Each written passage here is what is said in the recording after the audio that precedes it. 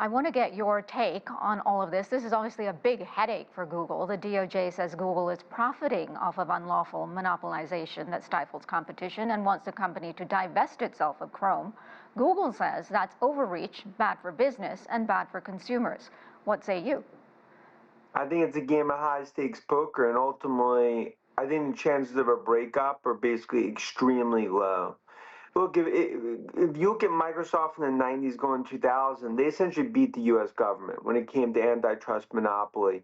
The worry here, if Google does this, then what does this mean going forward? You can't put the genie back in the bottle. For Apple, for other big tech, they're going to fight this. This will be in court for years. And also with the Trump administration coming in that I believe is going to be a lot more pro-tech, this is also going to be a potential game changer. Yeah, besides divesting itself of Chrome, what are some of the other remedies the DOJ is asking the court to impose? I mean, look, I think a lot of it is sort of, is something that seems great in a court document. I think the reality is it's almost a Siamese twin operation. And I see a huge pushback against this. Now, I get it right now, and big tech has bullseye on its back, but I believe Google is going to fight this. They could win it. There will be remedies, but I think ultimately this will be a lot less onerous than in terms of this initial court filing, what the DOJ is actually going after. Well, you touched on this, but given that a new DOJ will come into office in just a couple of months, just how big a blow is this actually to Google, and how much is this a political move, do you think? Look, I think the reality is Trump coming in is the best that ever happened to big tech.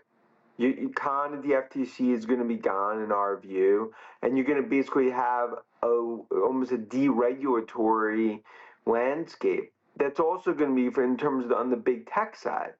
That's also why investors, despite knee-jerk reaction today, I think chances of breakups and dramatic changes in big tech, I think are very slim to none. Despite some of the fears that we're seeing, it's going to be a big tech versus beltway battle that continues to play out. Now, more broadly, what is the message that it sends to big tech?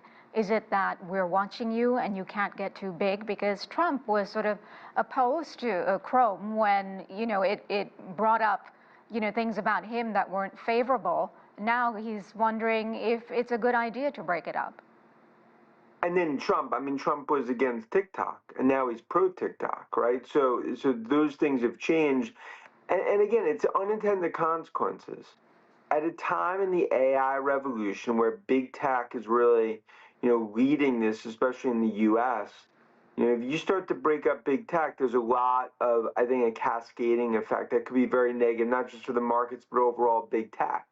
And that's why Trump, who's very in tune to the markets, I could see a 180 here and ultimately see some sort of settlement with Google.